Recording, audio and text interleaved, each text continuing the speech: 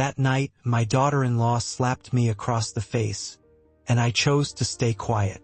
The next morning, I cooked a big, fancy meal for her and my son. My son smiled and said, "Finally, Dad understands his place," until he saw who was sitting at the main seat of the table. If you have ever been looked down on by the people you gave up everything for, this story is for you. Please hit the like button and subscribe to support this old man's fight for what's right. Let me know in the comments where you are watching from. I didn't even have time to take off my heavy wool coat before the screaming started. I had just walked into the entrance of the Beacon Hill townhouse, shaking the Boston snow off my shoulders when a thick stack of legal papers slammed onto the glass coffee table. The sound echoed through the high ceilings like a gunshot. "Sign it, Harrison." It wasn't Dad. It wasn't Mr. Caldwell.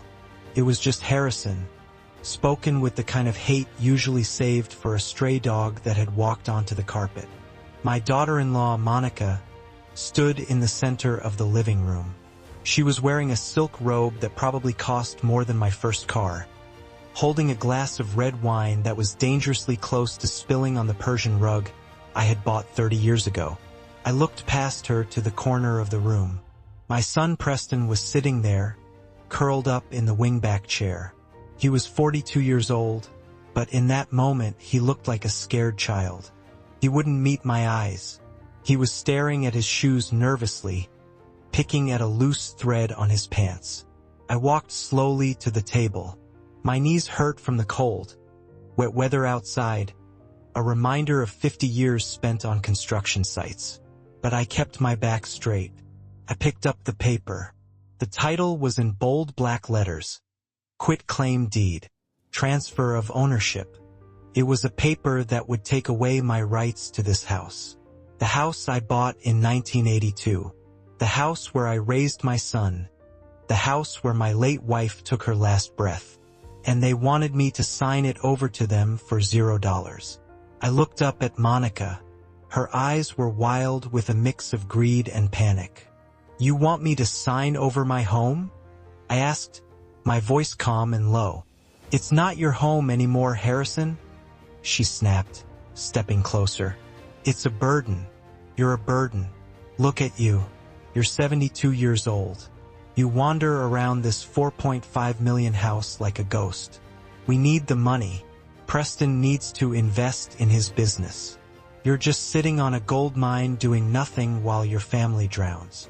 Drowns. I looked at Preston.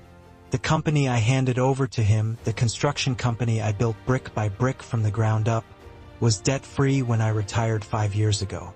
If they were drowning now, it was because they had punched holes in a perfect ship. I dropped the papers back onto the table. They slid across the glass and stopped right in front of Preston. "No," I said. The word hung in the air. Simple, absolute. Monica's face turned a shade of red I had never seen before. She set her wine glass down with a shaking hand. "What did you say?" she whispered. I said, "No. I'm not signing over my house. I'm not going to a nursing home so you can sell my things to pay for whatever plan you two have cooked up this week." Preston finally spoke, his voice trembling. "Dad, please don't be difficult. Monica is just stressed. The business is tight right now. If we can just use the house, we can fix everything. You don't need all this space." He sounded pathetic. My son, the man I raised to be strong, was begging me to rob myself to cover his mistakes. I took a step toward the stairs. "I'm going to bed. We're done talking about this." I didn't see her move. I only heard the rustle of silk and the sharp breath. Monica rushed across the space between us. "You selfish old parasite," she screamed. Then it happened. Her hand connected with my cheek. It was a sharp, stinging slap that knocked my wire-rimmed glasses right off my face. They slid across the hardwood floor and came to rest near the fireplace. The room went dead silent. The only sound was the howling wind outside hitting the old windows of Beacon Hill. My cheek burned, a hot, throbbing feeling that spread quickly to my ear. I stood frozen, my head turned slightly to the left from the hit. "Dad?" Preston gasped. But he didn't move. He didn't stand up. He didn't defend me. He just sat there in his chair, frozen by his wife's anger. Monica stood there, her chest heaving, her hands still raised in the air. For a second, she looked shocked by her own violence. But then the shock turned into a sneer, a look of pure hate. "Pick them up," she hissed, pointing at my glasses.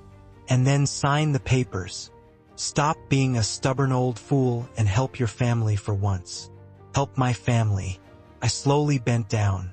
My joints popped loudly in the silence. I reached for my glasses.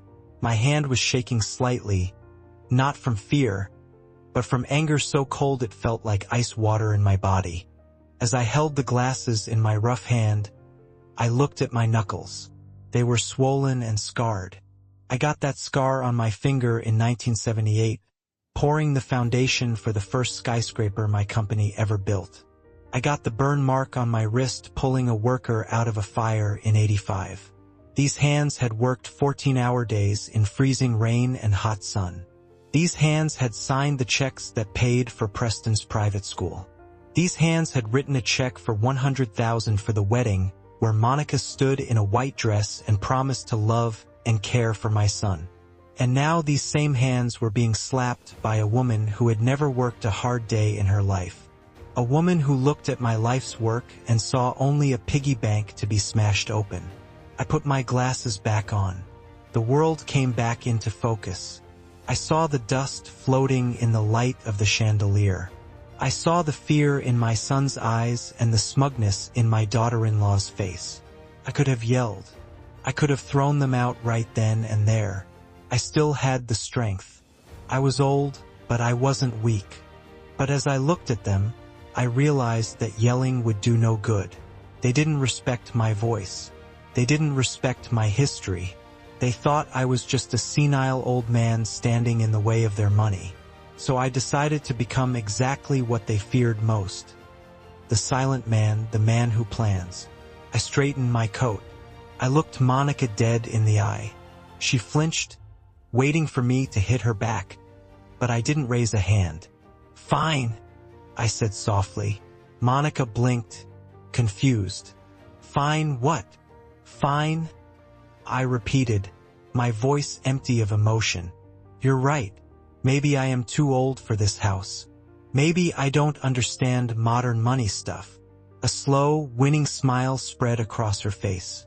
It was ugly. It was the smile of a hunter that thinks the prey has given up. Preston let out a long breath he had been holding. "Thank you, Dad. You're making the right choice. Really, it's for the best." "I'll need tonight to say goodbye to the house," I said. "Tomorrow night I want to cook a dinner, a final big meal here. I want you to invite your partners, your investors. I want to sign the papers in front of everyone. I want to leave with dignity." Monica laughed, a sharp barking sound. "Oh, Harrison, you and your drama. Fine, cook your little dinner. Just make sure the papers are signed by dessert." She turned her back on me and walked to the kitchen, pouring herself another glass of wine, as if she hadn't just hit her father-in-law. Preston gave me a weak nod and followed her like a puppy. I stood alone in the hallway of the house I built. My cheek was still stinging. My heart was pounding, a slow, heavy rhythm against my ribs. They thought they had broken me. They thought the slap had put me in my place. They had no idea. I turned and walked up the stairs to my room. The silence of the house felt heavy, but it was no longer a lonely silence. It was the silence of a courtroom before the judge's hammer comes down. I sat on the edge of my bed and pulled out my phone. My hands were steady now. I called a number I hadn't called in years. "Ross," I said when the voice on the other end answered. "Harrison, is everything okay? It's late." "Everything is far from okay, Ross," I said, looking at my reflection in the mirror at the red mark fading on my cheek. "I need you to clear your schedule for tomorrow. And I need you to call your friend at the federal prosecutor's office. Why, Harrison? What's going on? My family wants my house, Ross. And tomorrow night, over fancy beef and expensive wine, I'm going to give it to them. But I'm also going to give them something else. What's that? A lesson in right and wrong, Ross. And a one-way ticket to reality. Bring the paperwork. Not the transfer papers. The other ones. The ones we talked about 10 years ago. The nuclear option. I hung up the phone. Outside, the snow was falling harder, burying the city in white. Tomorrow the snow would cover everything. But inside this house, the truth was about to be shown. I touched my cheek one last time. That was the most expensive slap in history. Monica, I whispered to the empty room. And tomorrow you're going to get the bill. I woke up at 5 in the morning, just like I had every day for the last 50 years. The habit was burned into my bones deeper than the joint pain. The only difference today was the throbbing ache on the left side of my face. I walked into the bathroom and looked in the mirror. The bruise had appeared overnight, turning a sickly shade of purple and yellow across my cheekbone. It was a mark of shame. But as I touched it, I didn't feel embarrassed anymore. I felt clear. It was the physical proof that the promise between father and son, the unspoken bond of respect, had been broken.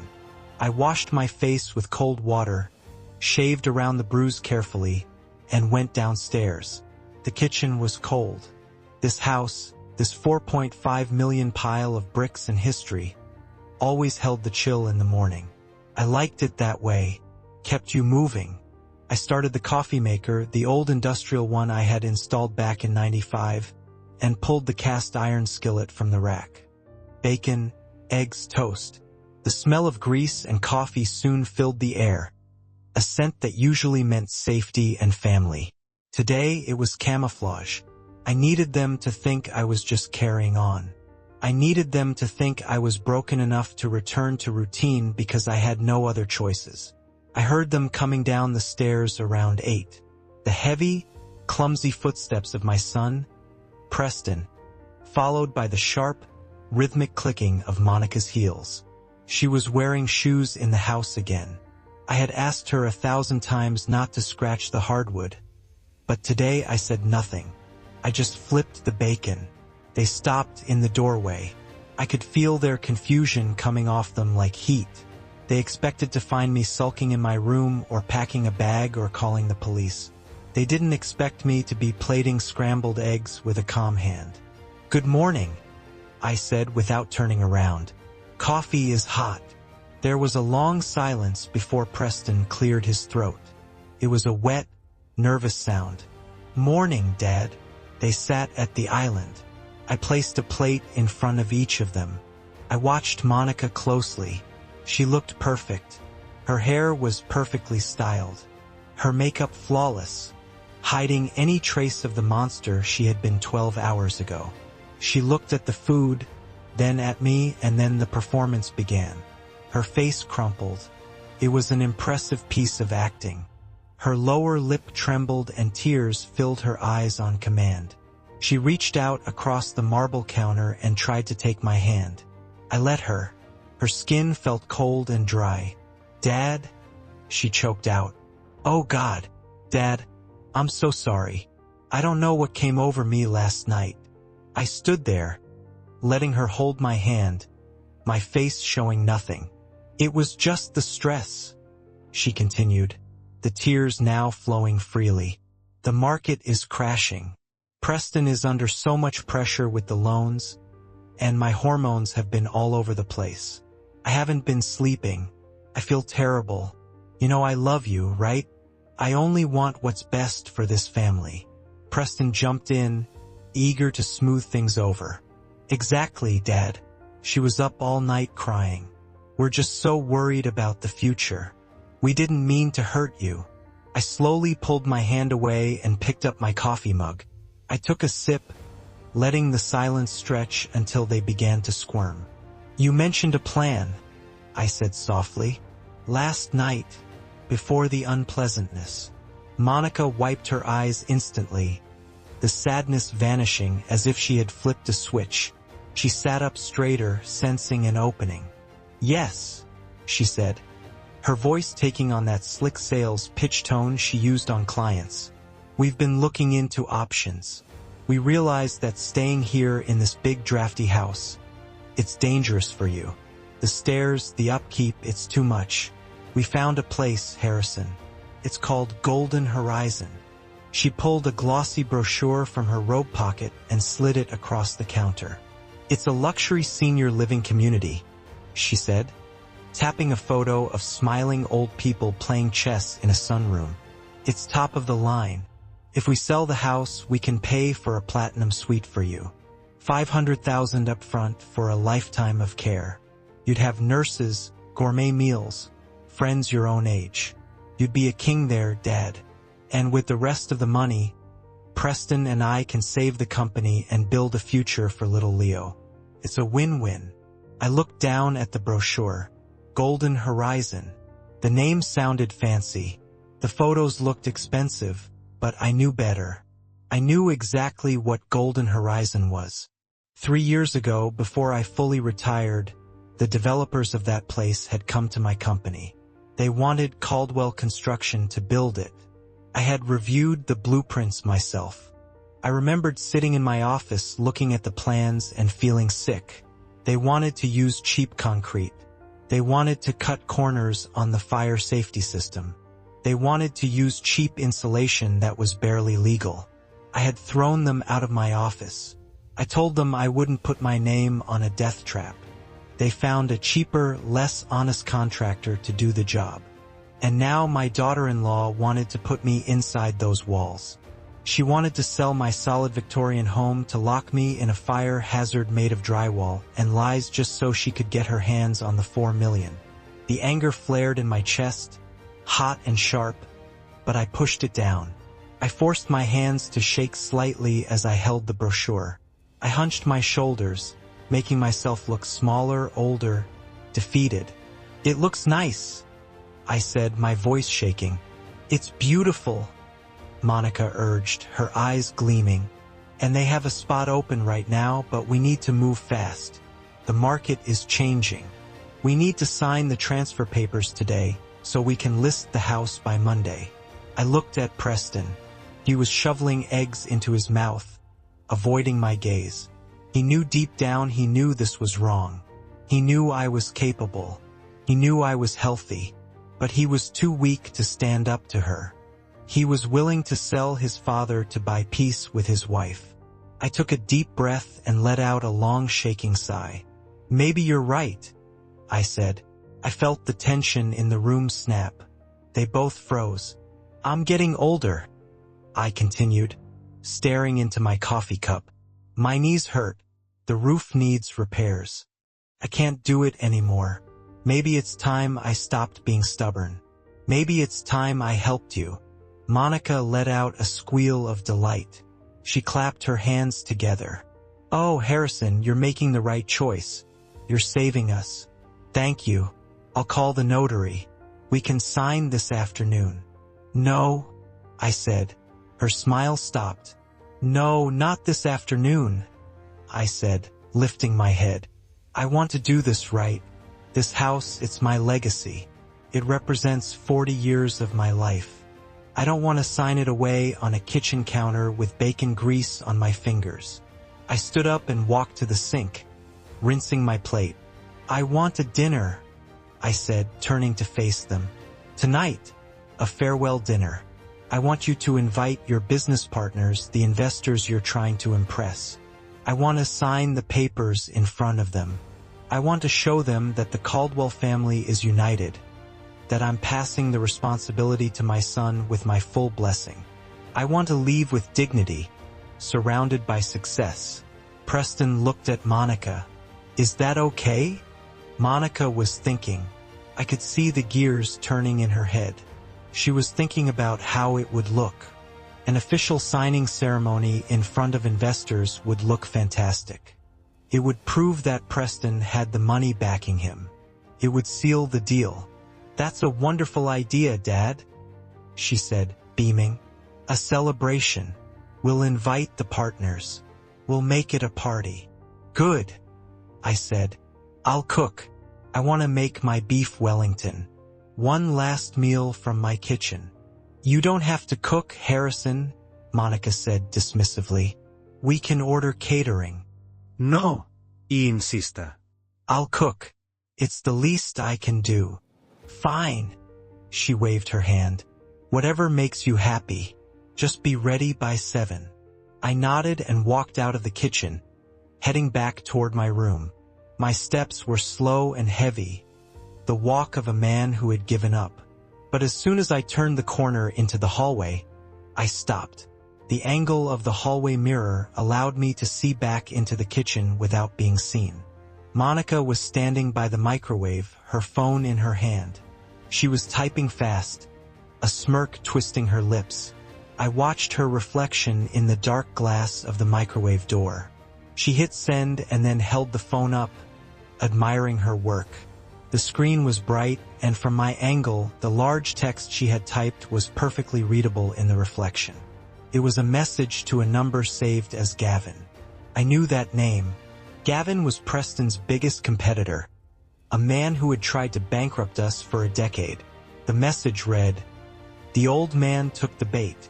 He's signing tonight. Get the tickets ready. Zurich is calling my name." I stared at the reflection, memorizing the words. She wasn't just stealing the house to save Preston's company. She was stealing the house to leave him.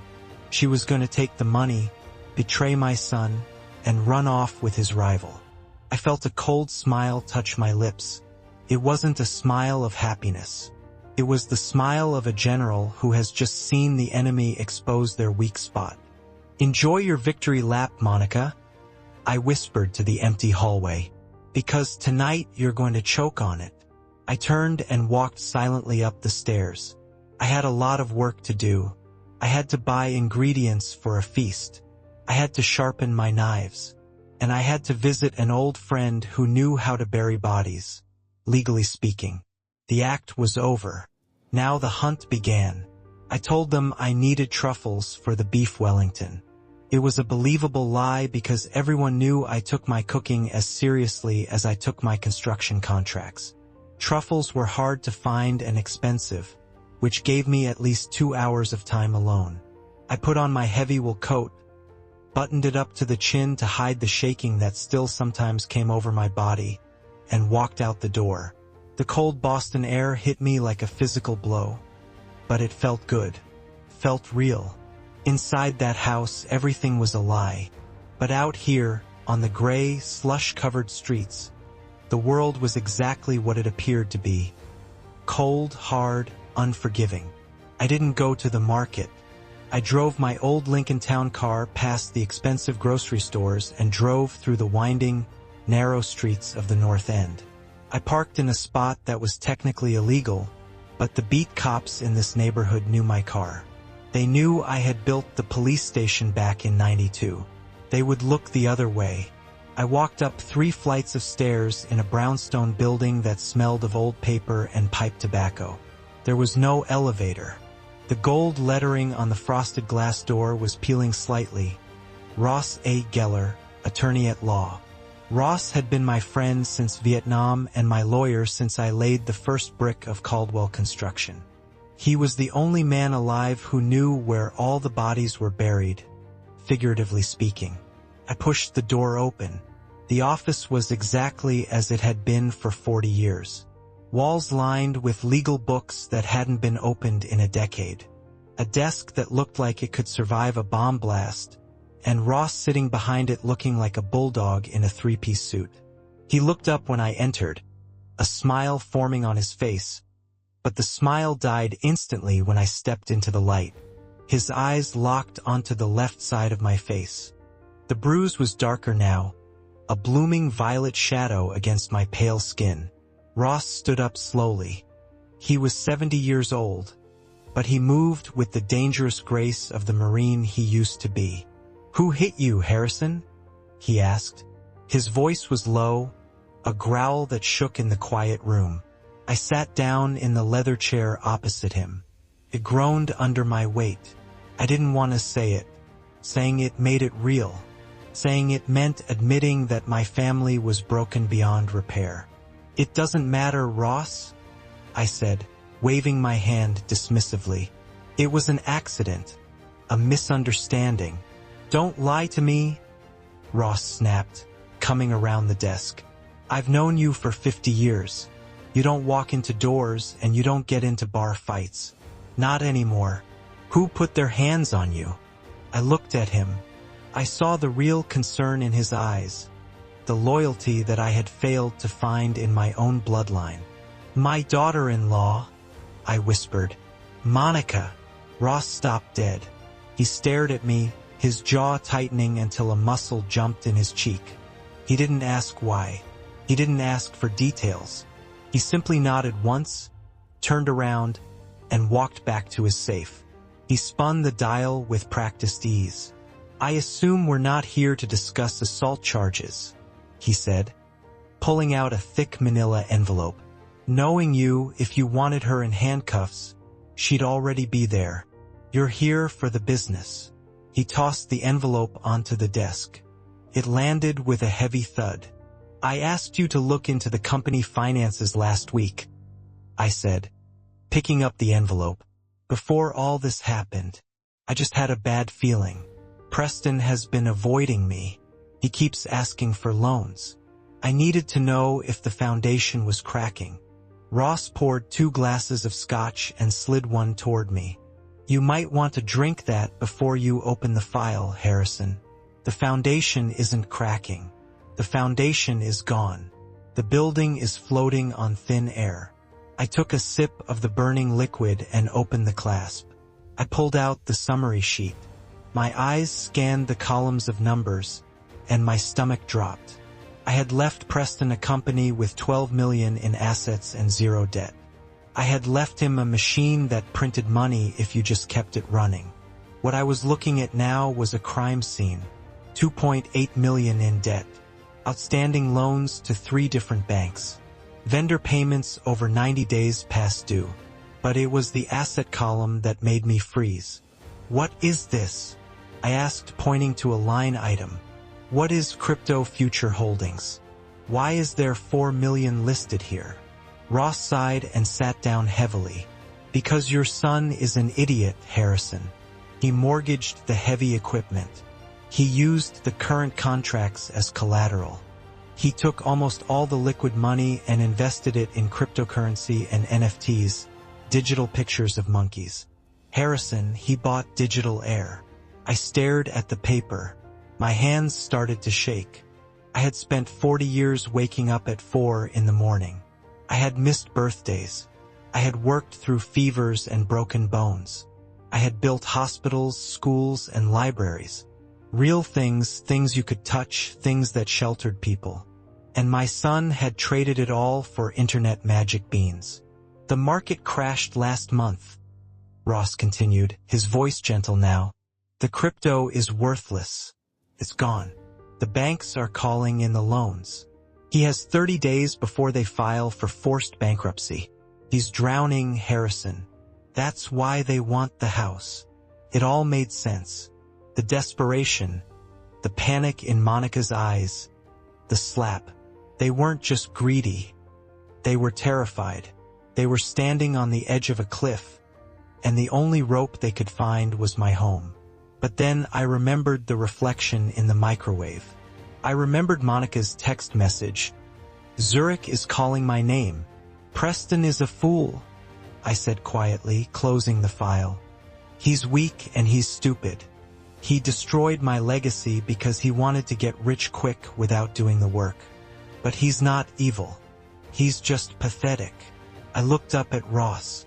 "But Monica is not stupid. She knows the ship is sinking." Ross frowned. "What do you mean?" "I saw a text message," I said. "She's planning to leave him. She's pushing him to sell my house, not to save the company, but to steal the money. She takes the 4 million from the house sale and runs. Preston gets left with the debt, the bankruptcy, and the shame. And I get left in a nursing home to rot." Ross let out a low whistle.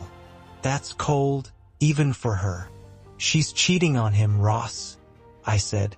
I know it, and she's stealing. If the company is this deep in the hole, but she's buying plane tickets to Zurich, she has a stash somewhere. She's been siphoning money while Preston was busy playing with digital coins. I stood up. The pain in my cheek was throbbing, but the pain in my chest was gone, replaced by a cold, hard determination. I was done being the victim. I was done being the sad old man. I was Harrison Caldwell, and I had crushed tougher enemies than a greedy marketing executive with a shoe addiction. I need you to make a call, I said. Ross reached for his phone. Who do you need? The police. Not yet, I said. I need Kowalski. Ross raised an eyebrow. The private investigator? He's expensive, Harrison, and he plays dirty. I don't care about the cost, I said. And I want dirty. I want to know where Monica goes every Tuesday and Thursday afternoon. She tells Preston she has client meetings, but she always comes back smelling like expensive cologne and guilt. I want pictures, Ross. I want bank statements. I want to know who she's sleeping with. And I want to know where she's hiding the money. Ross nodded, dialing the number. Consider it done. But Harrison, what are you going to do when you have the proof? I buttoned my coat. I thought about the dinner I was about to cook. I thought about the beef Wellington, the expensive wine, the table set for 4.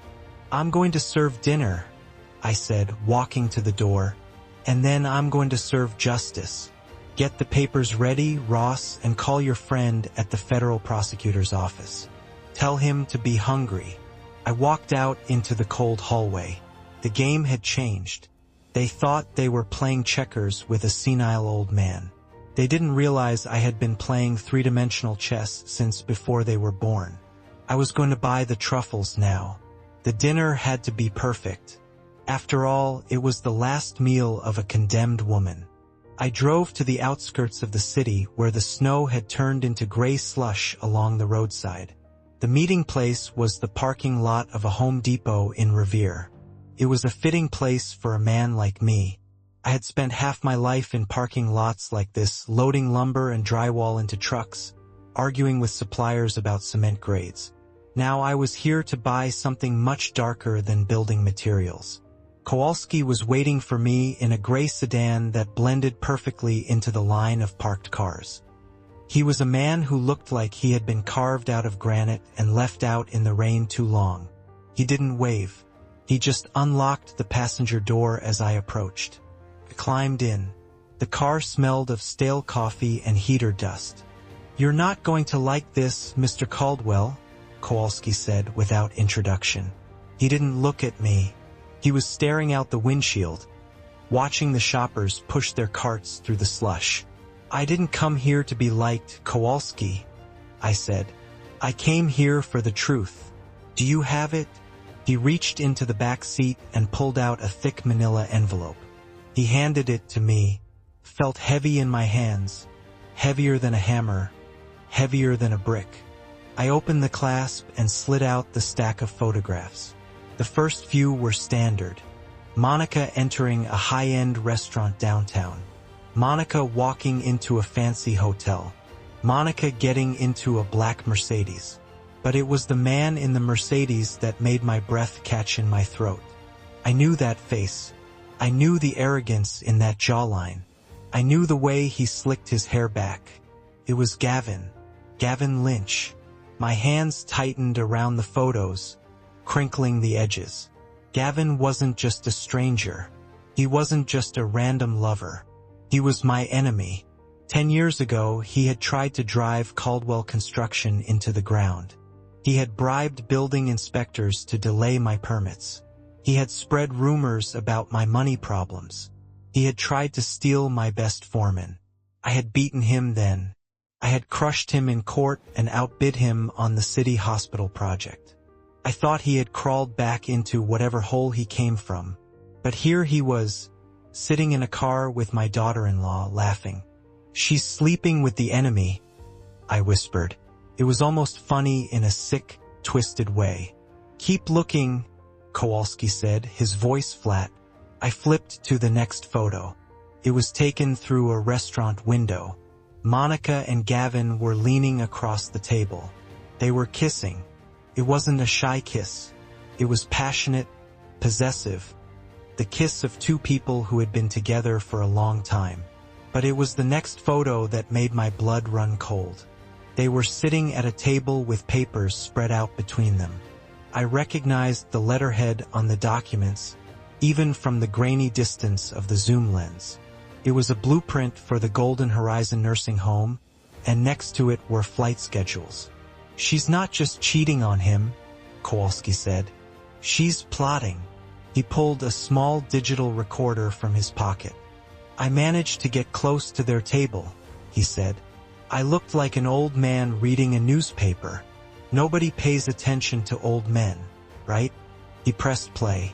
The audio was a bit scratchy at first, the background noise of silverware clinking and low chatter, but then Monica's voice cut through, clear and sharp.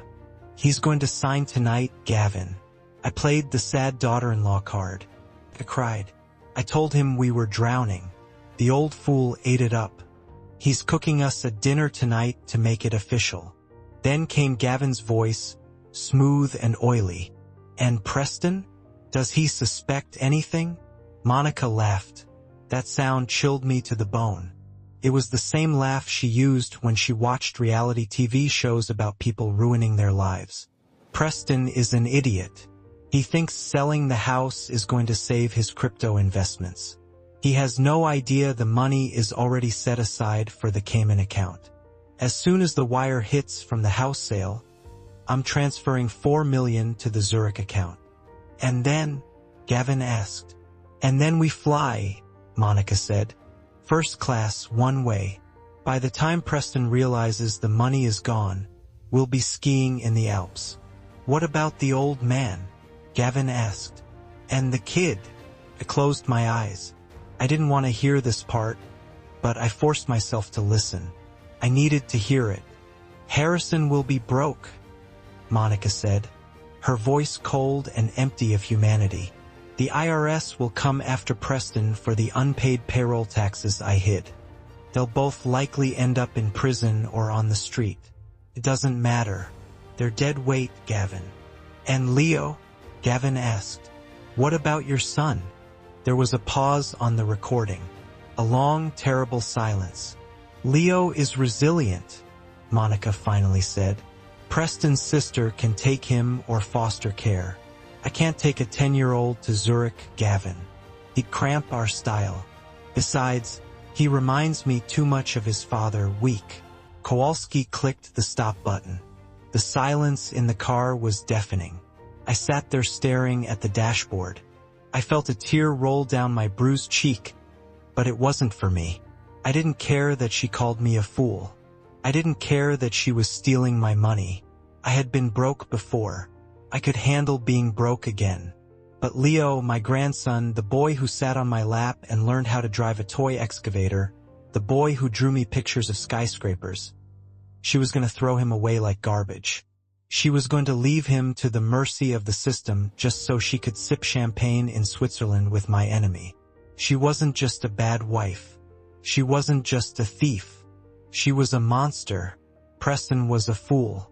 Yes, he had ruined my company, but he loved that boy and I loved that boy.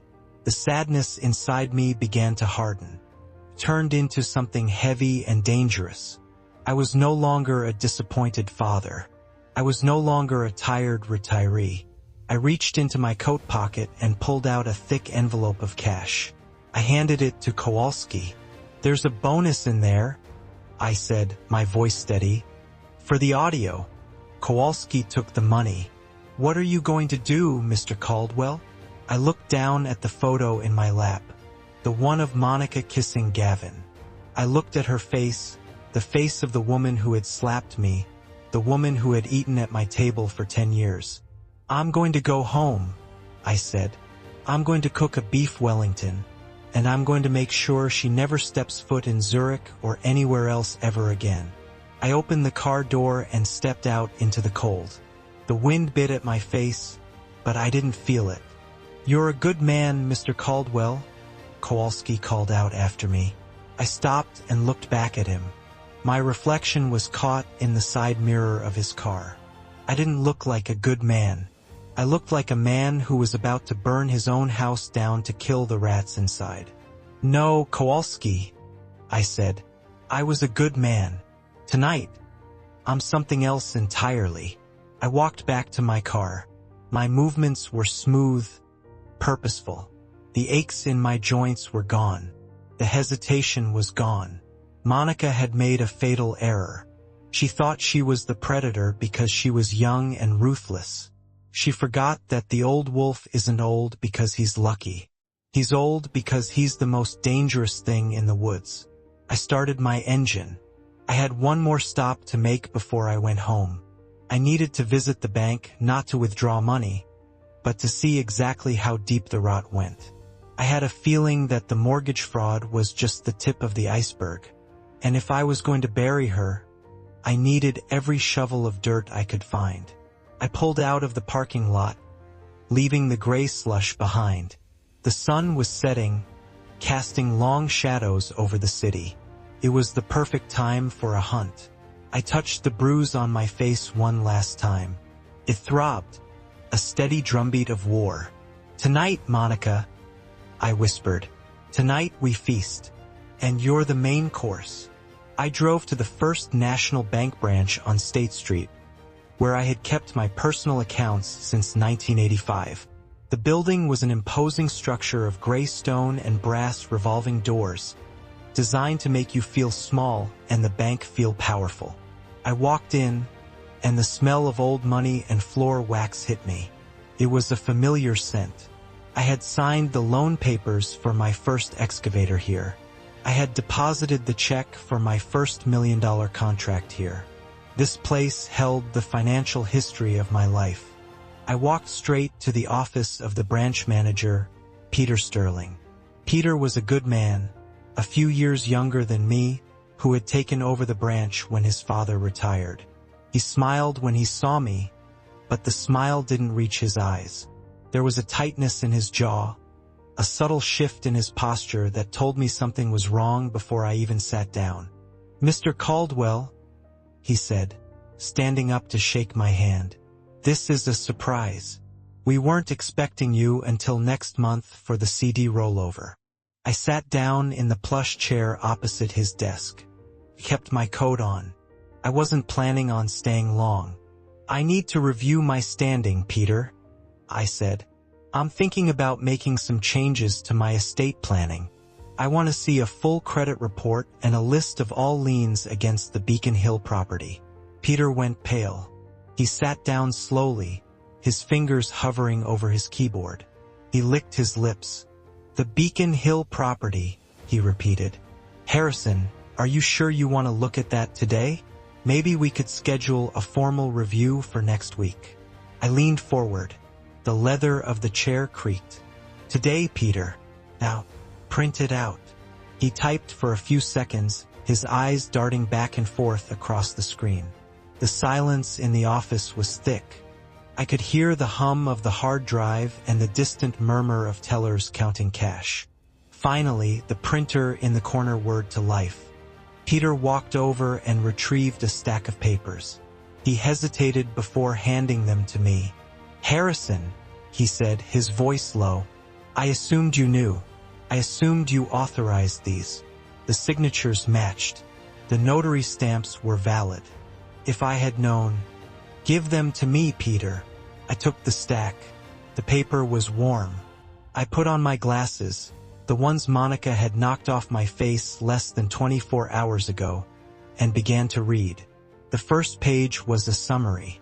My eyes went straight to the bottom line, and my breath caught in my throat. 1.5 million. There were 3 separate home equity lines of credit taken out against my house in the last 8 months. The first for $500,000 in May, the second for another $500,000 in August, the third just last month. I flipped the page to look at the loan applications. There was my name, Harrison J. Caldwell, listed as the borrower, and there at the bottom was my signature. It was a masterpiece of forgery. The loops of the H were perfect. The sharp slant of the C was exactly how I wrote it. To a layman or a busy bank manager, it looked real. But I knew my hand. I knew that when I signed my name, I pressed harder on the upstroke of the L. This signature was too light. It was drawn, not written. And there was one other detail, a detail only I would notice. The signature was slanted slightly to the right. I'm left-handed.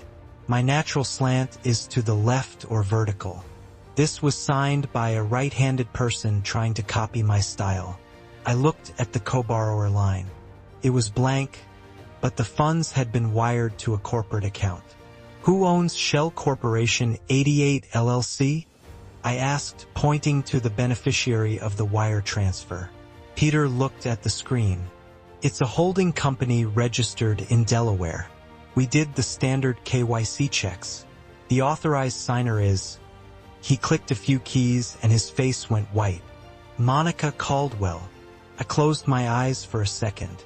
The puzzle pieces slammed together in my mind with the force of a pile driver. Monica wasn't just trying to sell the house to save the company or to run away with Gavin. She needed to sell the house because if she didn't, the fraud would be discovered. She had secretly mortgaged my home to the max. She had stolen $1.5 million of my equity, probably to fund her expensive lifestyle or to hide the losses Preston was racking up. If I sold the house for $4 million, the bank would take their $1.5 million off the top to pay off these secret loans. I would be left with less, but the fraud would be buried. The loans would be paid, and no one would ever look at the signatures again. But if I refused to sell, if I stayed in my house, eventually the balloon payments on these loans would come due.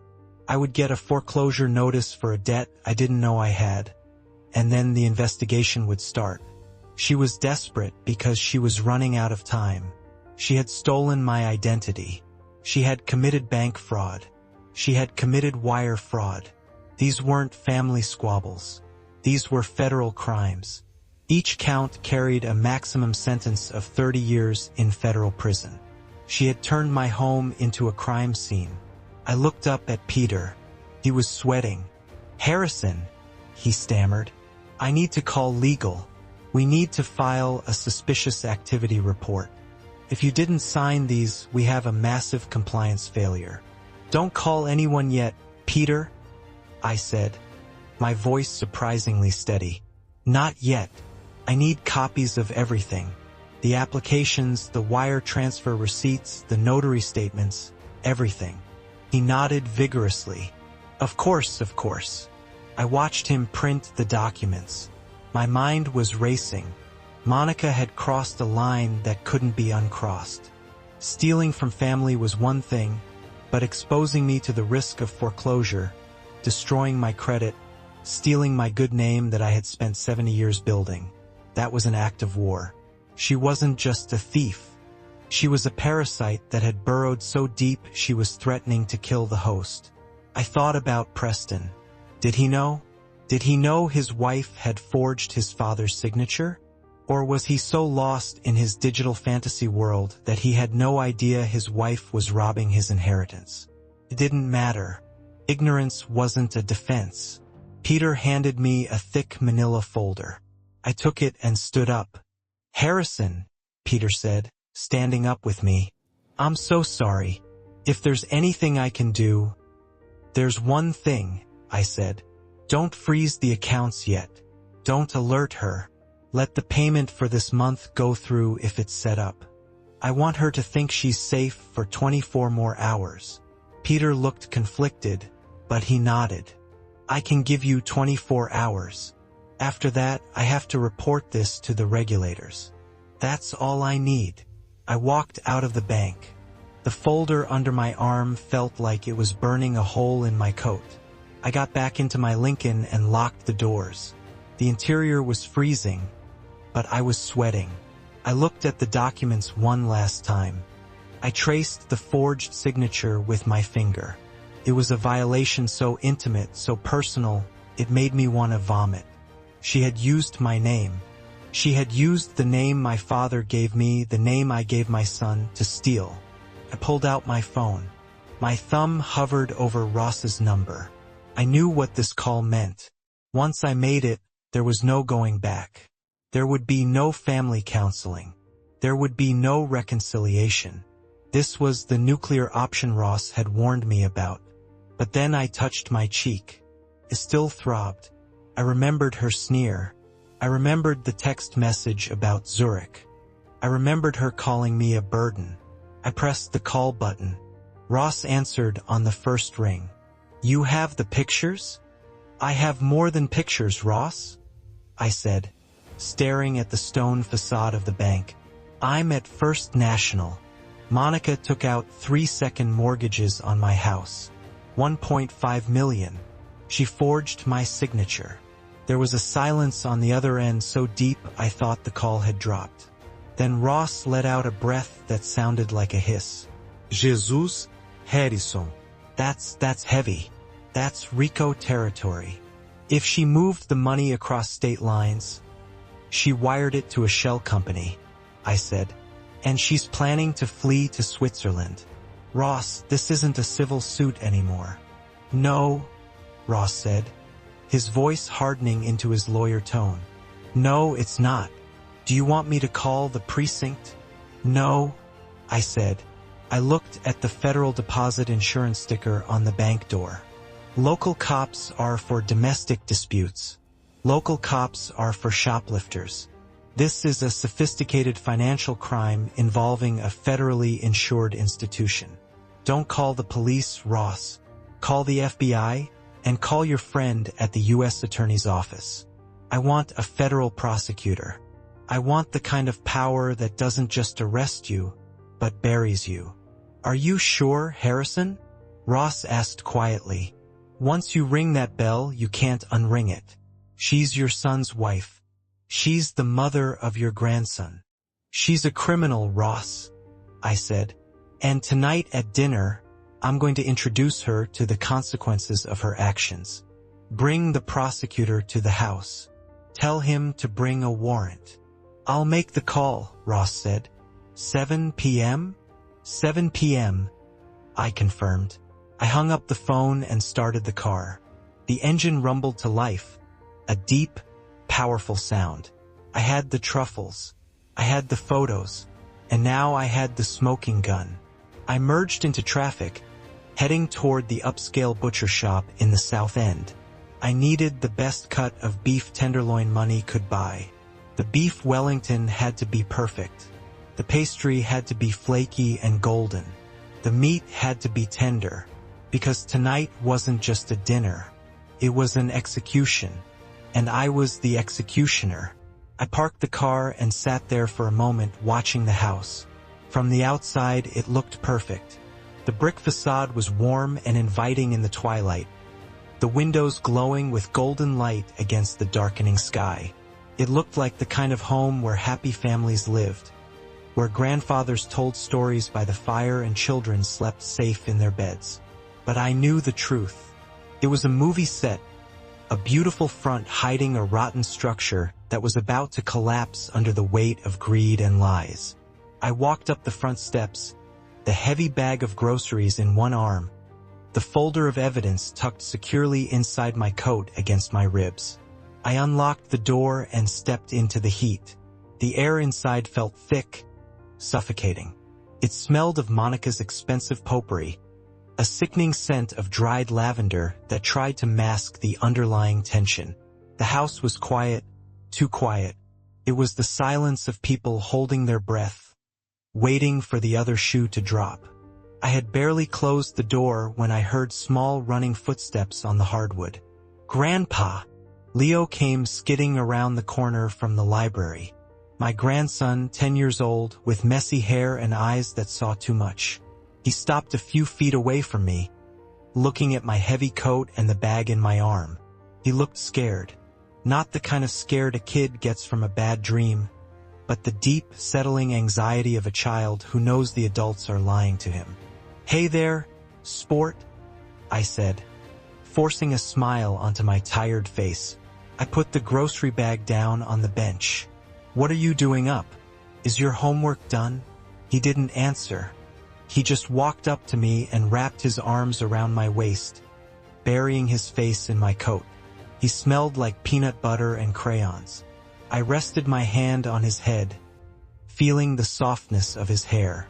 It reminded me of Preston when he was that age, before the world and his own weakness had twisted him. "Grandpa," he whispered into my wool coat. "Are you leaving?" I stiffened. "Who told you that, Leo?" "Mom," he said, his voice muffled. "She was on the phone. She said you were going away. She said you were going to a place for old people and you were never coming back. She said we were going on a trip without you." My heart shattered. It didn't break. Turned to dust. Monica wasn't just stealing my money. She wasn't just manipulating my son. She was actively preparing my grandson for my erasure. She was telling a 10-year-old boy that his grandfather, the man who taught him how to fish, who built him a treehouse, was being thrown away like a broken toy.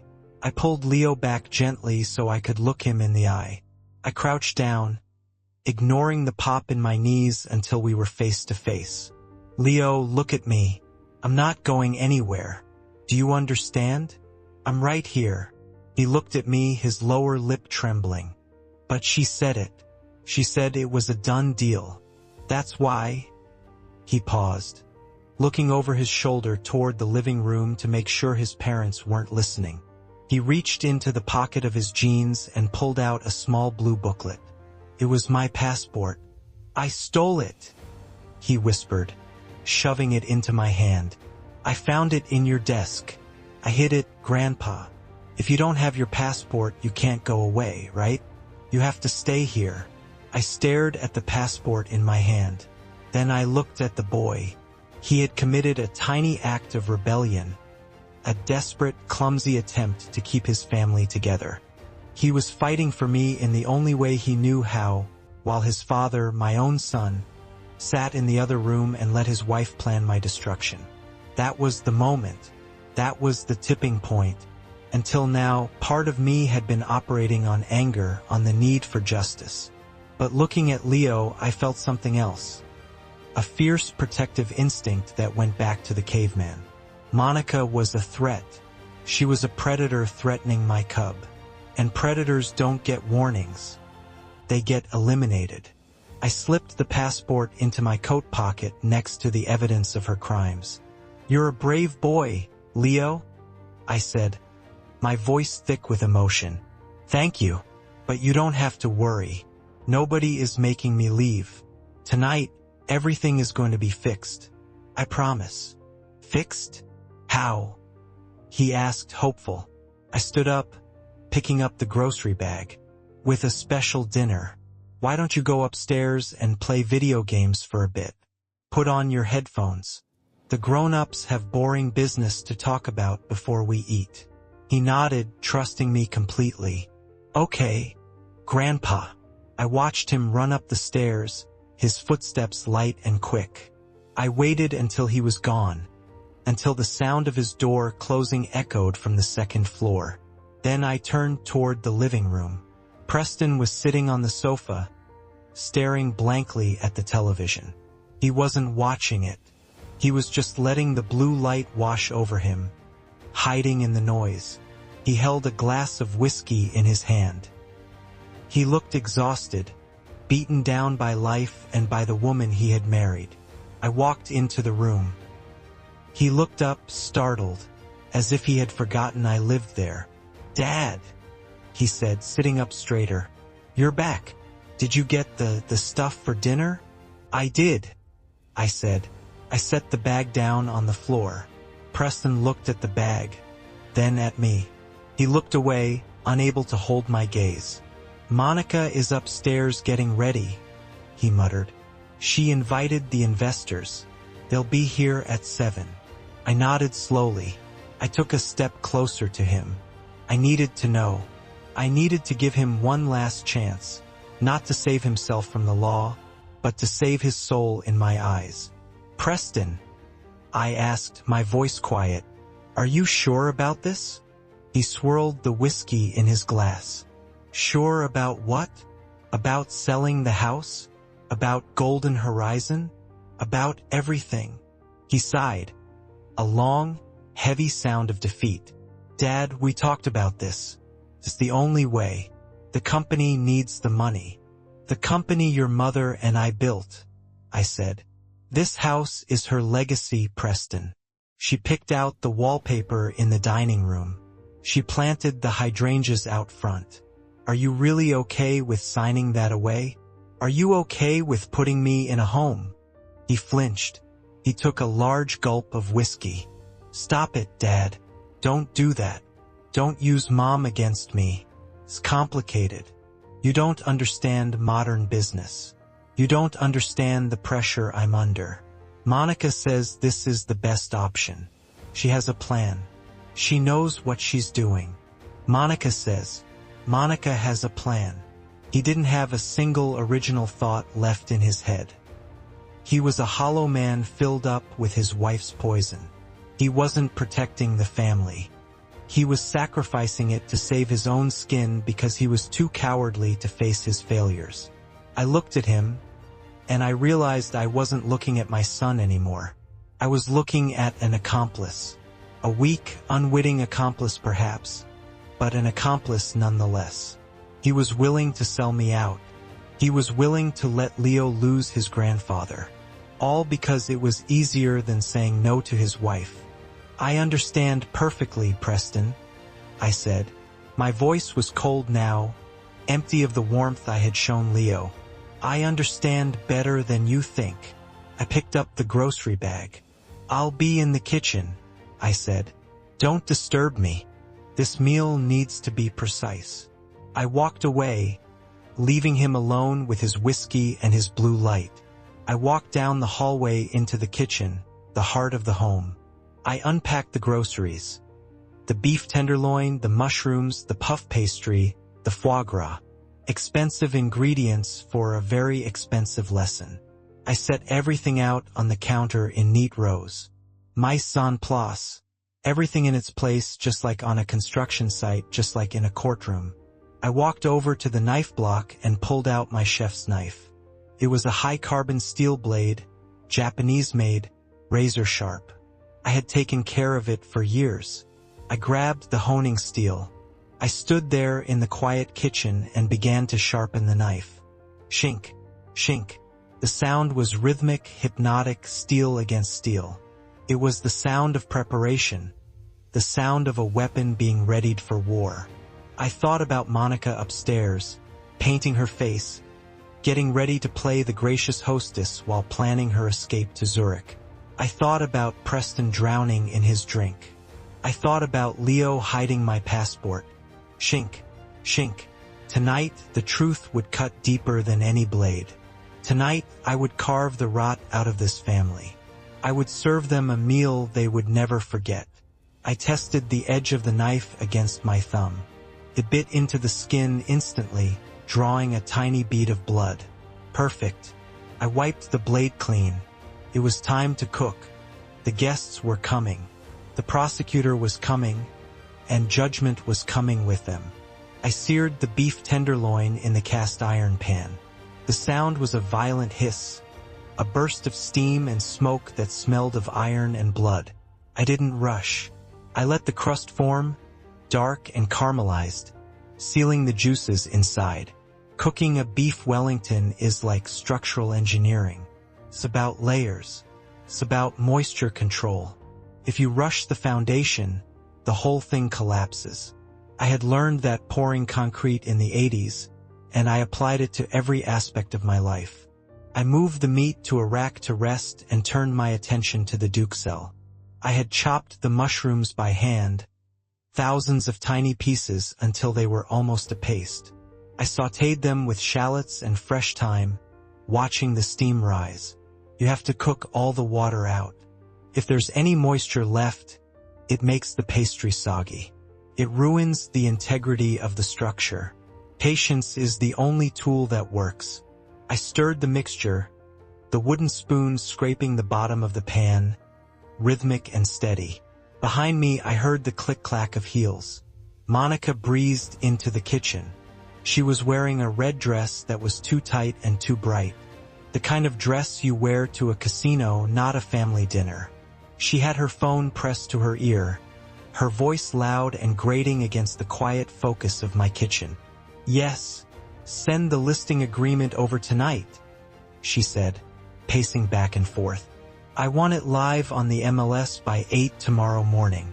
We're pricing it at 4.8 million. Yes, he's signing the transfer tonight. It's a done deal." She didn't even look at me. To her, I was just a fixture in the room like the refrigerator or the oven. I was a tool performing a function. I was making the food for her celebration. I spread the prosciutto out on a sheet of plastic wrap, overlapping the slices with mathematical precision. This was the barrier. This was the layer that protected the pastry from the meat. It had to be perfect. I listened to her lie to the real estate agent. She was selling my home before the ink was even wet on the fake papers she thought I would sign. She was carving up the carcass before the animal was even dead. "Just make sure the wire instructions are correct," she said into the phone. "I don't want any delays with the escrow. I need those funds available immediately." She hung up and finally acknowledged my presence. She walked over to the stove where a pot of chestnut soup was simmering. It was Patricia's recipe, a simple, earthy soup that tasted like winter. Monica dipped a spoon into the pot without asking. She brought it to her lips, blew on it, and tasted it. She wrinkled her nose, a look of fake disgust crossing her face. "God, Harrison," she said, dropping the spoon back into the pot with a clatter. "It's bland. Did you forget the salt? I guess your taste buds are dying along with the rest of you." She laughed, a short, cruel sound. She thought she was untouchable. She thought I was a senile old cook making a mistake. I didn't look up from the Wellington. I was carefully rolling the beef in the prosciutto using the plastic wrap to tighten the cylinder. It required firm, even pressure. Too loose and it falls apart. Too tight and you bruise the meat. "I seasoned it perfectly, Monica," I said, my voice flat. "But the soup is just the starter. You'll find the main course has a very distinct flavor. It will be quite rich." She rolled her eyes. "Whatever. Just don't burn it. The investors will be here soon. I want everything to be impressive."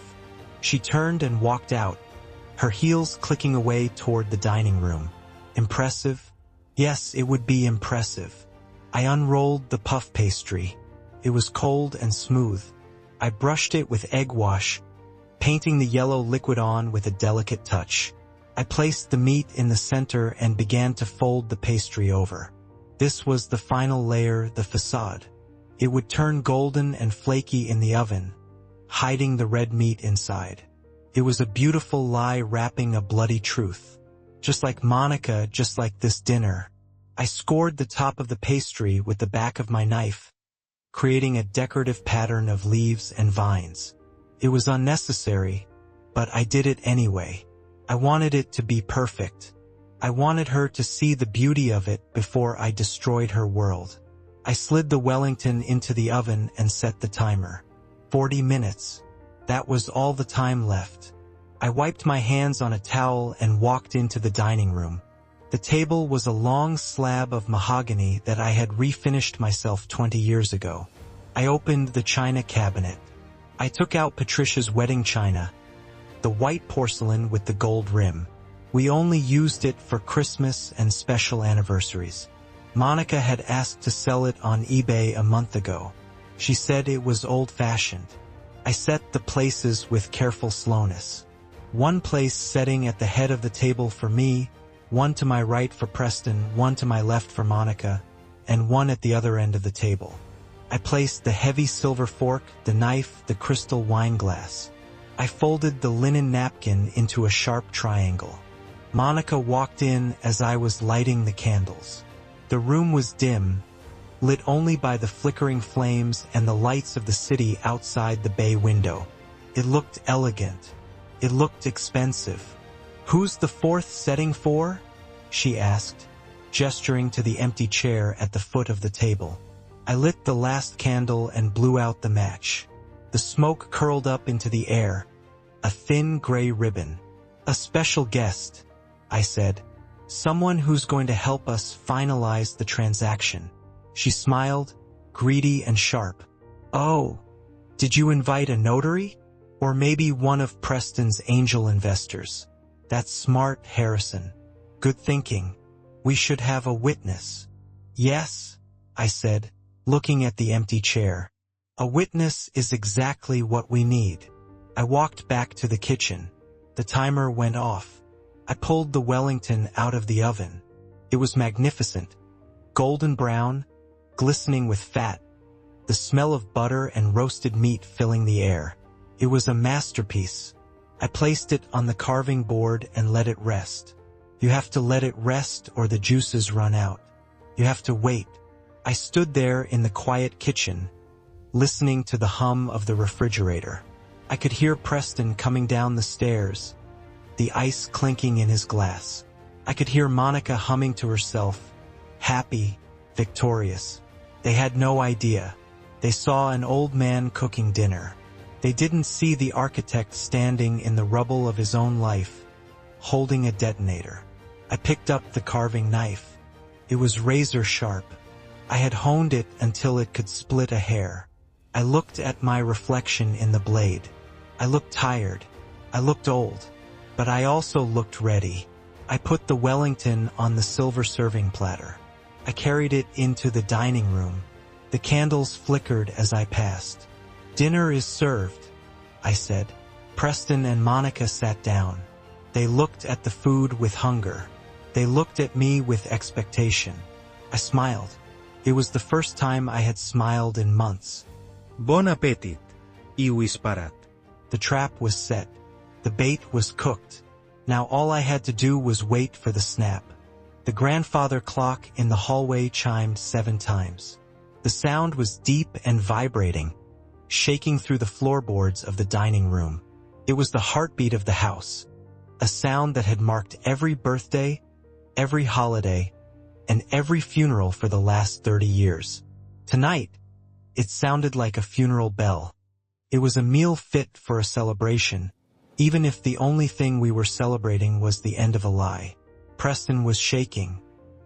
He had pushed his chair back slightly, as if trying to distance himself from the table, from his wife, from the reality crashing down on him. Monica stood frozen near the sideboard, her chest heaving, her eyes darting between the FBI agents blocking the doorway and the prosecutor sitting in her guest's chair. I swallowed and dabbed my mouth with the linen napkin. "The meat is excellent," I said into the silence. "It's a shame you've lost your appetites."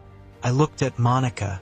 She was glaring at me, her fear changing back into that familiar sharp-edged arrogance. "What is this, Harrison?" she hissed. "Is this some kind of sick joke? You hired actors? You think you can scare me with cheap theatrics?" I ignored her. I looked at Harrington, then back to my son. "Preston," I said, my voice conversational, "have you ever read Title 18 of the United States Code? Specifically Section 1344? Preston blinked, sweat dripping down his temple. "What, Dad? What are you talking about?" "It covers bank fraud," I said, cutting another piece of beef. "It's quite specific. It states that anyone who knowingly executes a scheme to defraud a financial institution faces up to 30 years in federal prison and a $1 million fine." 30 years, Preston whispered. I reached into the inside pocket of my jacket. I pulled out the thick packet of documents I had retrieved from the bank that afternoon. I didn't hand them over gently. I tossed them onto the table. They landed with a heavy slap right next to Monica's untouched plate, sliding across the tablecloth until they hit her wine glass with a chime. "Read them," I said. Monica stared at the papers. She didn't move to touch them. "Those are loan applications, Monica," I said, my voice hardening. 3 of them, totaling $1.5 million, all taken out against the equity of this house. My house. Preston looked at the papers, then at his wife. Monica, you said we were just refinancing the business loans. You said Dad agreed. I stood up. I picked up the top document and held it up to the candlelight. Look at the signature, Preston. Look closely. I pointed to the bottom line where Harrison J. Caldwell was written in black ink. You grew up watching me sign report cards, Preston. You watched me sign checks for your tuition. Tell me, what do you see? Preston squinted at the paper. His hands were shaking so bad he had to brace them against the table. It looks like your signature, Dad. Look at the slant. I barked. He flinched. I'm left-handed, Preston. I shouted, my voice echoing off the walls. I've always been left-handed. My letters slant backward or stand straight up. I dragged my hand across the page. I thrust the paper toward him. The signature slants to the right. It flows forward. It was written by a right-handed person trying to draw my name. I turned to Monica. She was pale, her red lipstick now looking like a wound on her face. It's a good drawing, Monica, I said, lowering my voice to a dangerous whisper. But you pressed too hard. You always press too hard. You wanted it to look authoritative, so you dug the pen into the paper. But I don't write like that. I write with a light touch. Preston looked at his wife, horror dawning on his face. You forged it. You forged Dad's signature. Monica's face twisted. The mask of the victim fell away, revealing the cornered rat underneath. She slammed her hand down on the table, making the silverware jump. He's lying, she screamed. She pointed a shaking finger at me. He's a senile old man. He signed those papers. He sat right there in the study and signed them because he wanted to help us. Now he's forgetting. He has dementia. She looked at Harrington, her eyes wild. You can't believe him. He's confused. He barely knows what day it is. He signed them and now he's scared, so he's making up stories to frame me. Don't listen to him. I stood there, calm in the face of her hysteria. She was doing exactly what I expected. She was attacking my mind. She was trying to strip me of my credibility, my agency, my very self. It was the ultimate betrayal. I looked at Harrington. The prosecutor slowly stood up. He reached into his briefcase and pulled out a thin blue folder. Mrs. Caldwell, he said, his voice deep and empty of emotion. We don't need to rely on your father-in-law's memory. He opened the folder and placed a photograph on the table. It was a high-resolution still from a security camera. This is from the surveillance system at First National Bank, Harrington said. Dated May 12th, the day the first loan was started. In the photo, Monica was sitting at a desk across from a notary. She was wearing a trench coat and sunglasses on her head. She was smiling, and she was clearly, undeniably, signing a document with her right hand. And we have the forensic analysis, Harrington continued. The FBI lab confirmed that the pressure marks on the loan documents match samples of your handwriting seized from your office this afternoon. It's a 100 match. Monica stared at the photo. Her mouth opened, but no sound came out. The air seemed to leave her lungs in a rush. And, Harrington added, delivering the final blow, the notary has already confessed. She identified you. She admitted you paid her $5,000 to verify a fake ID. She's in custody right now, Mrs. Caldwell, and she's very eager to make a deal. The room fell silent. The only sound was Preston's ragged breathing.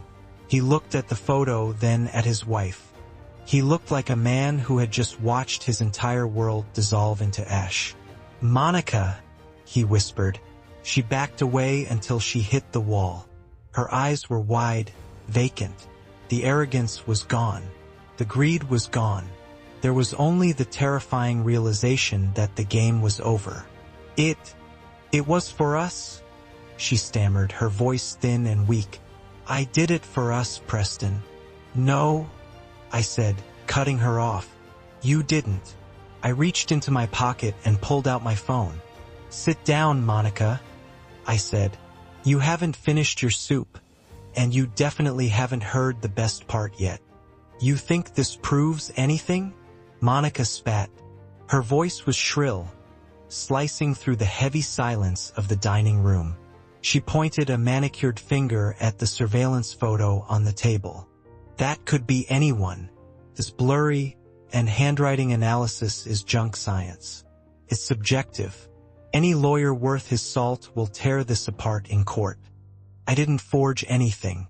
I have power of attorney. Preston, tell them. Tell them we discussed this." She turned to my son, her eyes wide and desperate, willing him to lie for her one last time. Preston looked up from the table. His face was gray, his eyes bloodshot and watery. He looked like a man who had been beaten with a rubber hose. He opened his mouth, but no sound came out. He was paralyzed, caught between the terror of prison and the terror of his wife. "Harrison, put the phone away," Monica hissed. "Stop this act. You're embarrassing yourself. Mr. Harrington, you're making a mistake. My father-in-law is vindictive.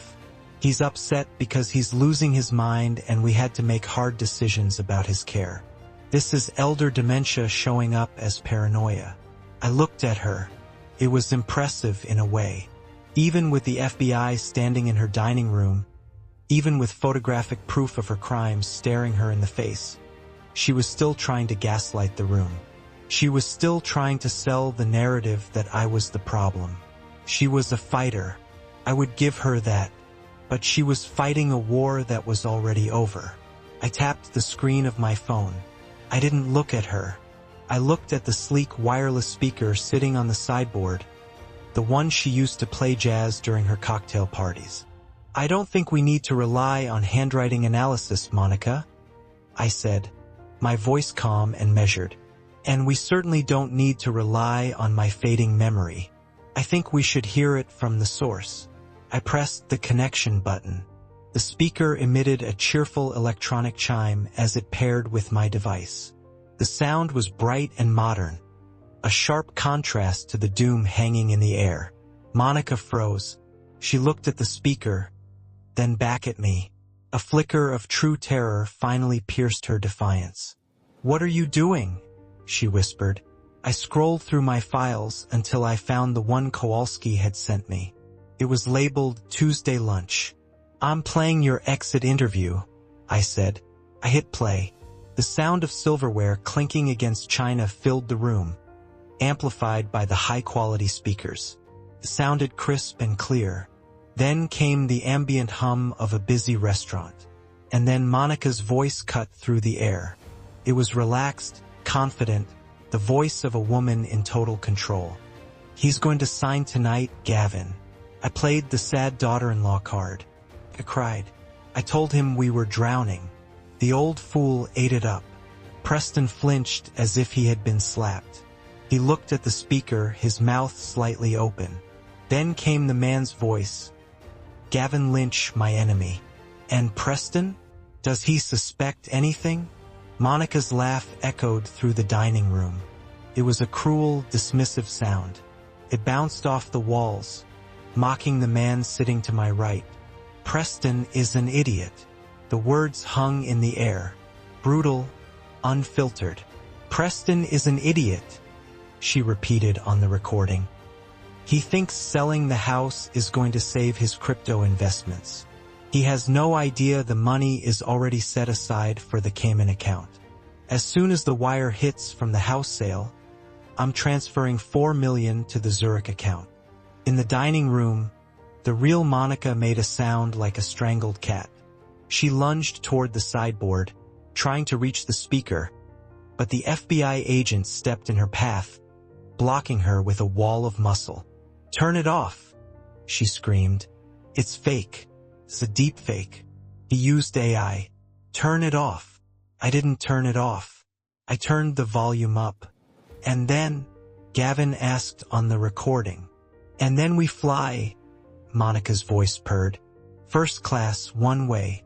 By the time Preston realizes the money is gone, we'll be skiing in the Alps. I watched my son. I watched the moment his heart broke. It wasn't a sudden shatter. It was a slow crumbling. He looked from the speaker to his wife, the woman he had defended against me, the woman he had chosen over his own father, the woman he had mortgaged his soul for. She called him an idiot. She was stealing the money he thought would save him. She was leaving him to face the ruin alone. The recording continued mercilessly. "What about the old man?" Gavin asked. "And the kid?" "Harrison will be broke," she replied. "The IRS will come after Preston for the unpaid payroll taxes I hid. They'll both likely end up in prison or on the street. It doesn't matter. They're dead weight, Gavin." Preston let out a sob. It was a raw, ugly sound. He slumped forward in his chair, burying his face in his hands. His shoulders shook violently. "She was going to leave me," he choked out. His voice was muffled by his hands, wet with tears and snot. "She was going to leave me in jail." Monica looked at him. There was no pity in her eyes, only disgust. "Oh, shut up, Preston," she snapped. "Stop crying. You're pathetic. That's why I did it.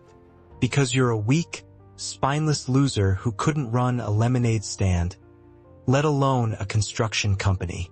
I hit pause on the recording. I had heard enough. We all had. The room was silent except for Preston's weeping. It was the sound of a man realizing his entire life was a lie. Monica stood panting, her chest heaving. She looked wild. Her hair had come loose from its perfect bun, strands falling across her face. Her red lipstick was smeared. The mask had completely fallen away. There was no more sad daughter-in-law. There was no more devoted wife. There was only a cornered animal, vicious and terrified. She turned her eyes on me. They were black with hate. "You did this," she hissed. "You old bastard. You ruined everything." I looked at her over the rim of my wine glass. "I didn't do anything, Monica," I said. "I just turned on the lights. You're the one who scurried." She let out a scream of pure, primal rage. It was the sound of someone who has lost everything and has nothing left to lose. She grabbed the steak knife from her place setting. The movement was fast, blurringly fast. "You trapped me," she screamed. "You trapped me, you senile old freak." She lunged across the table. She scrambled up onto the mahogany, heedless of the china and the crystal. She was coming for me. She wanted to hurt me. She wanted to silence the witness. She wanted to kill the man who had outsmarted her. "Mrs. Caldwell," Harrington shouted something unintelligible. Preston cowered, covering his head, but she never reached me. The two FBI agents moved with practiced efficiency. The one nearest to her grabbed her ankle as she tried to crawl over the centerpiece. He yanked her back hard. Monica crashed down onto the table. Her body hit the silver platter, sending the remains of the beef Wellington flying across the room. The tureen of chestnut soup overturned, flooding the pristine white tablecloth with thick brown liquid. Crystal glasses shattered, spraying red wine like blood over the wreckage. "Get off me!" she shrieked, kicking and thrashing. "Get off me!" The second agent moved in, pinning her arms behind her back. They dragged her off the table.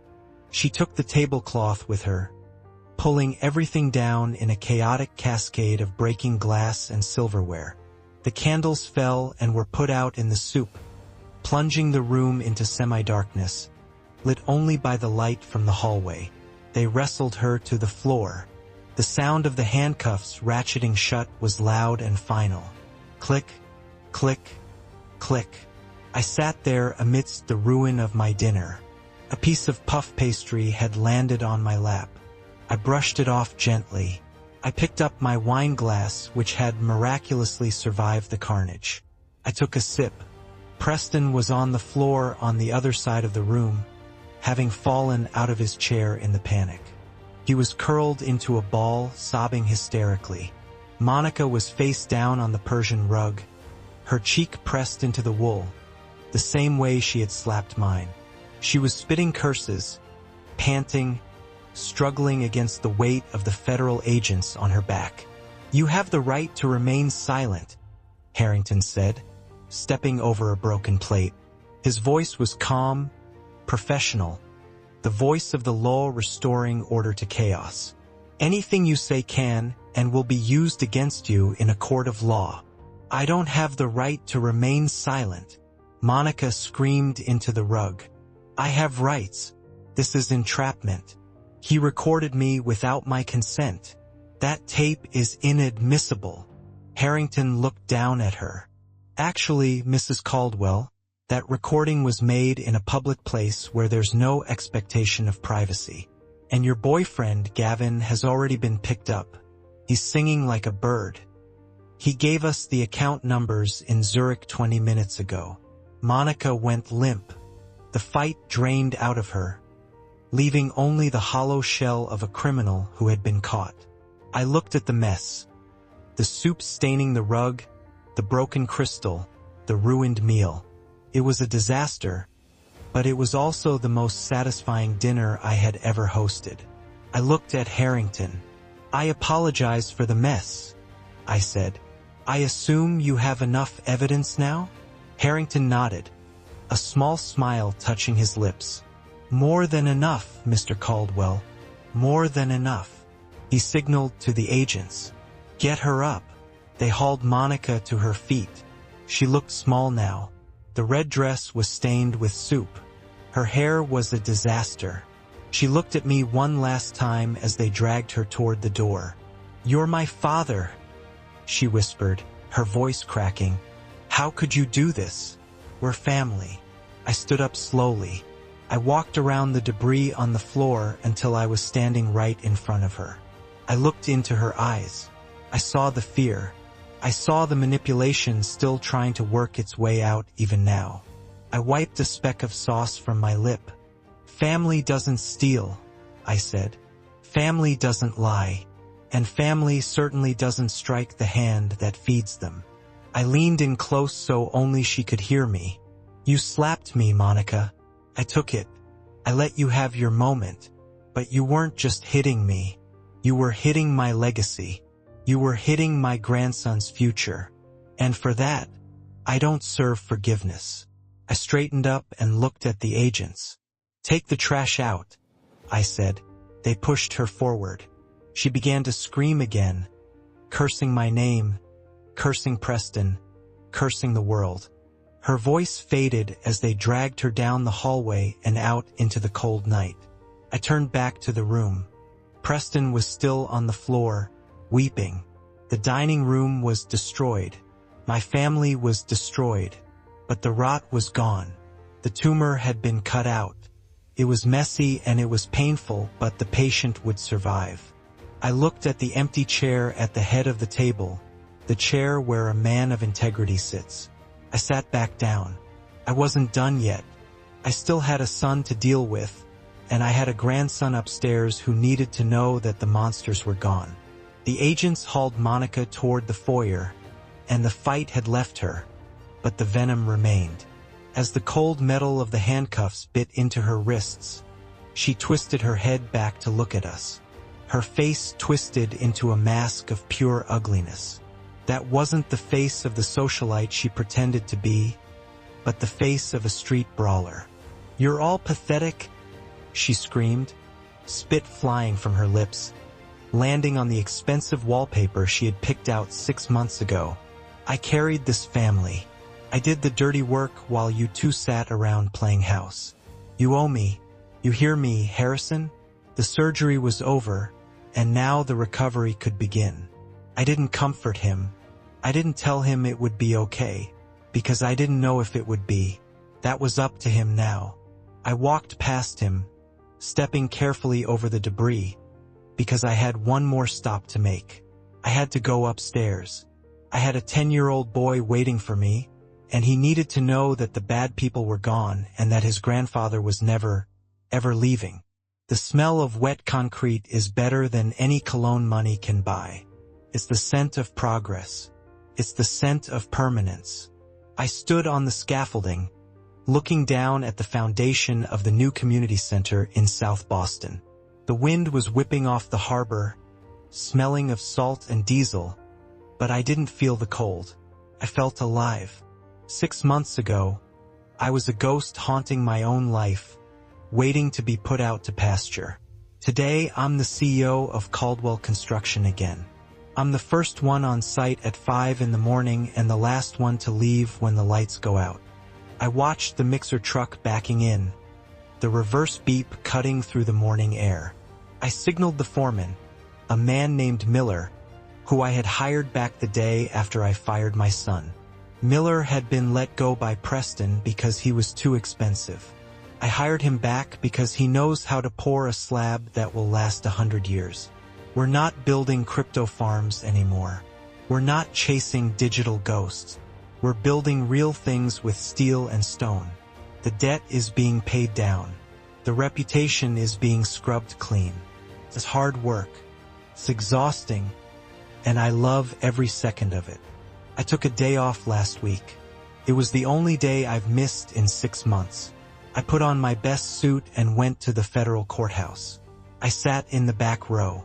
I watched Monica walk in. She was wearing an orange jumpsuit that was 3 sizes too big. Her hair was dull, her roots showing gray. She looked at the gallery, searching for a friendly face, but there were none. Gavin had taken a plea deal months ago, throwing her under the bus to save his own skin. He got 3 years in a minimum security camp. Monica didn't get a deal. The judge, a stern woman who reminded me of my 3rd grade teacher, looked at the evidence. She looked at the forged signatures. She looked at the wire transfers to shell companies. She listened to the recording of Monica calling her husband dead weight. 12 years, the judge said. Federal prison. No parole. Monica screamed. She had to be dragged out of the courtroom, just like she was dragged out of my house. She looked at me as she passed. There was no hate left in her eyes, only a vast, empty terror. I didn't smile. I didn't gloat. I just watched her go. It wasn't vengeance. It was sanitation. The trash had been taken out. And Preston, my son, the boy I tried to protect from the world, he's learning about the world now the hard way. I didn't bail him out. I didn't hire him a lawyer. He had to use a public defender. Because he claimed ignorance and cooperated fully, he avoided prison time. But he didn't avoid the consequences. He works at a logistics warehouse now over in Chelsea. He loads trucks on the night shift.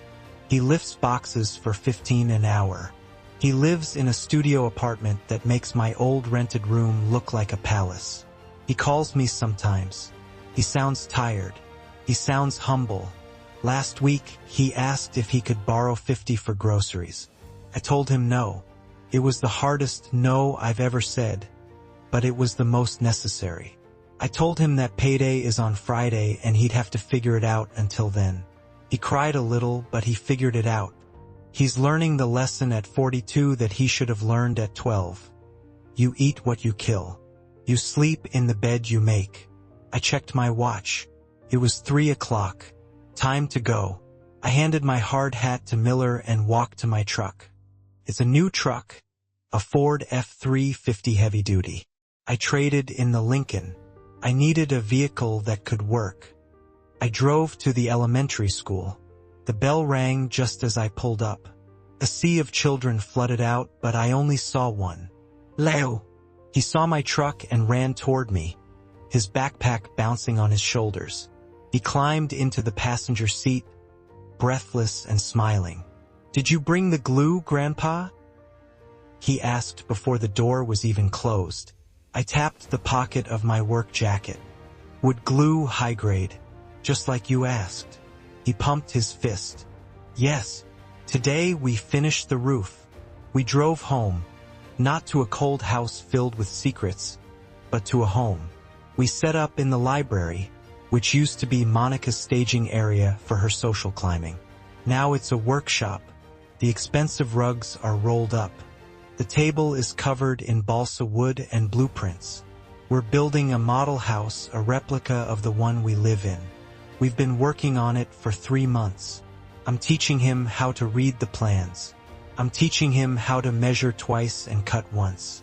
Leo focused on the tiny shingles, his tongue sticking out of the corner of his mouth in concentration. He has my hands. He has Patricia's focus. "Grandpa," he said, not looking up. "Dad called me yesterday." I stopped sanding a piece of wood. "Oh, what did he say?" "He said he misses me. He said he's sorry. He asked if he could come see me." The court had given me full custody. Preston had visitation rights, but only supervised and only if I agreed. He had lost his son because he chose his wife over his father and then lost everything. "What do you want to do, Leo?" I asked. Leo put down the glue. He looked at me. His eyes were old for a 10-year-old. They had seen his mother arrested. They had seen his father crumble. "Not yet," he said quietly. He sounded sad but sure. "He needs to work more, Grandpa. He's not ready." I nodded, swallowing the lump in my throat. "You're right, sport. He's not ready." I looked at my grandson and I made a vow right then and there. I had failed Preston by making his life too easy. I had sheltered him until he was soft. I wouldn't do that to Leo. I would love him. I would protect him. But I would teach him to be iron. I would teach him that dignity isn't something you buy. It's something you build. I would teach him that nobody, absolutely nobody, gets to slap a Caldwell and walk away. We worked until the sun went down. We finished the roof. It was solid. It was straight. "Go wash up, Leo," I said. "I'll order pizza." He ran upstairs. I cleaned up the wood shavings. I walked into the kitchen. It was quiet, but it was a good quiet, a peaceful quiet. I opened the wine fridge. There was 1 bottle left of the 95 Cabernet, the one I had opened on the night of the arrest. It had been corked and saved. I poured a glass. I walked over to the mantel where a framed photo of Patricia sat. She was smiling, that secret smile she had when she knew I was up to something. I raised the glass to her. The wine was dark and rich, like blood, like earth. "Patty," I whispered to the photo, using the nickname only she knew. It was a hell of a mess, but I cleaned it up. I cleaned it all up. I took a sip. Tasted like victory. I turned off the lights in the kitchen, leaving only the glow from the hallway. I could hear Leo singing in the shower upstairs. I could hear the wind outside. I was 72 years old. I was alone in a big house, but I wasn't lonely. I was the guardian at the gate, and the gate was holding. The most expensive lesson I learned at 72 is that unlimited generosity doesn't create gratitude. It breeds monsters. I thought I was shielding my son, but I was actually stripping him of the ability to stand on his own. Family is defined by respect and integrity, not just bloodline. When you allow relatives to trample your dignity in the name of family, you're an accomplice to evil.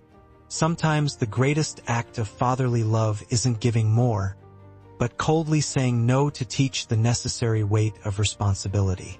Never let your sacrifice become a weapon used against you.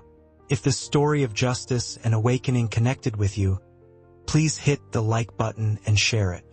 Have you ever had to completely cut off a toxic family member to save yourself? Tell me your story in the comments below. Subscribe now so you don't miss the next haunting real-life story. Thank you for your support.